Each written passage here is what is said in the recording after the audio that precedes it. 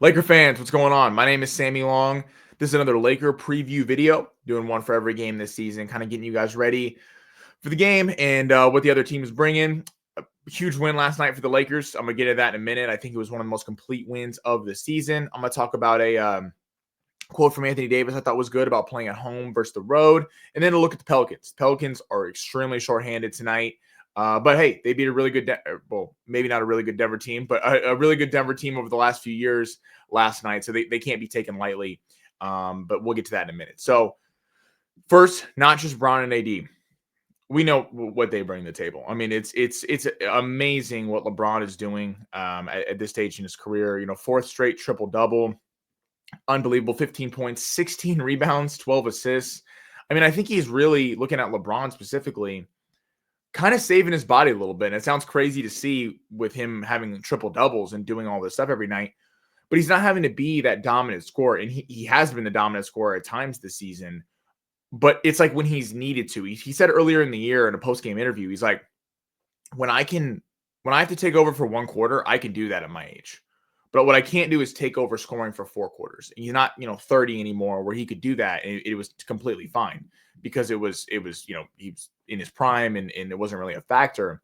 And everyone else picking up the slack really allows him to do that. And I think this is the Laker team, the kind of Laker vision last night of everyone contributing. And then you go to the ball running through Anthony Davis, and then LeBron comes in and finishes the game. And other teams are like, oh yeah, they have LeBron James. And who's going to stop that freight train coming down the middle of the basket? Unbelievable. Anthony Davis, 40 points, 12 rebounds, 2 blocks. I mean, he has to be the MVP frontrunner. He has been playing like the best player in basketball. And it's so cool to see because this is what we've all known as Laker fans, is the talent's there. I mean, the talent, like over the years, you see it and you're like, this guy can be the best player in basketball, but the consistency wasn't there. There would be disappear in big games, disappear against some other top bigs in the Western Conference at times. So you felt like he wasn't getting that respect he deserved. But now, I mean, this season he has just taken it personal. JJ Redick, what he's been able to do unlocking him offensively. I don't even care that some of his defensive numbers statistically are down. I mean, what he's doing offensively, you'll take that. It's unreal. And this is what the Lakers envision: running the ball, running the offense through Anthony Davis, and then letting LeBron go in and do his thing. But it wasn't just them last night. I mean, they got help, and that's why I think it was one of the most complete wins of the season. Because Lakers have won this season, but sometimes it was like AD and LeBron doing everything. And it's like, is that really sustainable, especially at LeBron's age? And we all know Anthony Davis's injury history, even though he played 76 games last year. Hopefully, knock on wood, turned a corner on that. But the rest of the team contributed. Austin Reeves, 19 points, 6 assists. Dalton Connect, 14 points, another big game after that huge Memphis performance where he had 19 on 7 of 8 shooting and 5 of 5 from 3. D'Lo had a really nice game off the bench, 13 points, 6 assists, 3 steals. 3 steals was great. He was pretty good defensively. Max Christie was, I think, the most special of them all with 11 points and 2 steals. This is a guy who, I mean, signed a 4-year, $32 million contract. Everyone was excited about him. Allen was kind of talking about on the postgame show last night. I know all of us were like, why is Darvin Ham not playing it? Because he would have moments where he'd get in games and he looked like he had some pop and some special. And what did teams playing the Lakers have success against? They'd get out and run. And it felt like in the last couple of years, the Lakers' legs were older, especially with guys like Dinwiddie and Taurean Prince and things like that. And it was like, why is Max Christie not getting run? I know he may not be super polished, but he's young, he can run, he's a good shooter.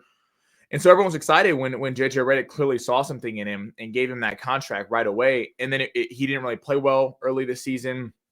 He had an okay game, 7 points, 5 rebounds against the Raptors, and it felt like he was kind of starting to get out of it. And then he went to the bench because he didn't have a good game the next game, and he wasn't playing. And I think that was during this little win streak before last night. It was like, hey, this is great, but Max Christie can't be making $8 million a year to sit on the bench. That can't happen. You got to distribute resources elsewhere, and you paid him, so might as well develop him. Seeing him get in last night and close the game, I love how JJ Redick's been coaching. It's like he's not adamant to his lineups. I truly believe him when he's like, the guys are giving the most effort and the guys that are riding the hot hand are going to play. So Max Christie was having a really good game, and he's like, yeah, you're going to close the game because you've shown the most of anyone, the role players tonight, and kind of show that faith in him. And that must feel so good for Max Christie. I mean, the mental toughness of being benched and not playing and having to deal with that, and everyone going, why is he not playing? This can't be happening. All of us going, why is he making this much money and he's not playing? I was able to do it. LeBron talked about it after the game. He said it was the number one word was professionalism to describe Max Christie. He credited him for being ready when his number was called and playing hard. I mean, that's a tough thing to do. I mean, come off the bench and get benched, and then you're thrown back in there and know that you got to make the most of this opportunity because you might not get many more. It was cool to see. And Connect, Christie, D'Lo, Reeves. I'll throw Gabe Vincent in there. Gabe Vincent didn't have some huge night, but 6 points, 3 steals, 2 boards. He had a really big shot in the fourth quarter there, that 3 that they found. And hopefully that's something to get him going confident, because I think that's been the biggest problem is he hasn't looked confident at all. And that's one thing I'll credit D'Lo, and I know it can be to the chagrin of some fans sometimes, but D'Lo never loses confidence, ever. I mean, he can go 0 for 10. He's still shooting. Gabe Vincent looked like he lost that. And that's why D'Lo can bounce back pretty quickly, because he just always seems to have that confidence in himself. Gabe Vincent looked like he was in his head. He was all over the place. And that's not something you want from a three-point specialist and a guy who's playing defense. I mean, you want a guy who's confident and knows that when it's open, he's going to stroke it, because you can't he can't be out there if he's not hitting shots. So really complete team win. AD and LeBron, unbelievable, but really got help from everywhere. And when the Lakers play like this, this is the team that could go really far. That when Connect is only going to get better. D'Lo and Reeves are contributing like they always do, especially Reeves, and D'Lo seems to be coming out of his slump, hopefully. And Christie and Vincent. I mean, and then you're going to add Jared Vanderbilt back at some point. I mean, this is really exciting for the defensive end. Cam Reddish, got to give a shout out to him. He never shows up on the stat sheet. So if you look at the box score, you go, why is Cam Reddish playing? But what he does for the defensive sets and putting D'Lo on the bench and letting D'Lo just focus on scoring and letting Cam Reddish kind of handle the best offensive guard on the other team is great. And you're going to swap him out with Jared Vanderbilt. And I think Cam Reddish has earned that. Even when Vanderbilt comes back, he should get some run on the second unit, especially when you have a team with a deep amount of scorers that you're always kind of having a defensive specialist on the floor at all times. And I think that's big in today's NBA, because there's so many young guys that can just flat out ball in today's NBA up and down the roster, not just the top 5. So really cool, really exciting win. Road performances. AD had a great quote. He said, "We want to be just as good of a road team as we are a home team." Yeah, that was the big thing. Obviously started 3-0 at home, then had a really terrible road trip where the only win was in Toronto, and they were kind of lucky to pull that one out because they got up 25 at half and almost blew it. They cut it to 5, I believe, 6, something like that. I can't remember the exact thing, but and we're able to pull it out, but did not look good on the road, and obviously got blown out by that Memphis team a week and a half ago with no Rui and Anthony Davis. Rui, by the way, being reported, Dave McMenamin, pulling it up right here. Rui Hachimura told ESPN he does not know his status for tomorrow's game in New Orleans yet. We'll have to see how his ankle responds to treatment. So that's another score you could be getting back, which is super exciting, because we know what Rui can do. Got to keep stacking these wins on the road. It can't just be a home team. That's why I think last night they talked about on the broadcast. I mean, that was a hostile environment. San Antonio was ready to go. I mean, Friday night. And the fact that they jumped out to an 11-0 lead, and it was like, here we go. I mean, is this the same road problems that they're having? And JJ called that timeout, and they really settled. And to go on that huge run there in the end of the first quarter, that showed a lot of grit on a tough road environment. San Antonio was rocking. So I expect the same thing from New Orleans, even though they're very shorthanded. I'll get into looking at them. New Orleans always a feisty team. Obviously, a lot of former Lakers with Brandon Ingram now. I guess the only one, but Brandon Ingram always seems to have big games against the Lakers. I still love Brandon Ingram. He was a great Laker when he was here, and you wish he could still be. But he was part of that AD trade, so obviously it worked out for the Lakers. Got a championship, and we all know what AD is doing right now. But it's really Brandon Ingram by himself right now, because they're missing Jose Alvarado, who's got a left hamstring strain, Jordan Hawkins, low back strain. Herbert Jones, right shoulder strain. CJ McCollum, right abductor strain. DeJounte Murray, left hand fracture. And Zion Williams, left hamstring strain. So those guys are all out. That's like a starting lineup and more of guys that are out. Obviously, Alvarado's an excellent defender. DeJounte Murray is one of the clutchest scorers in the NBA in clutch time shooting.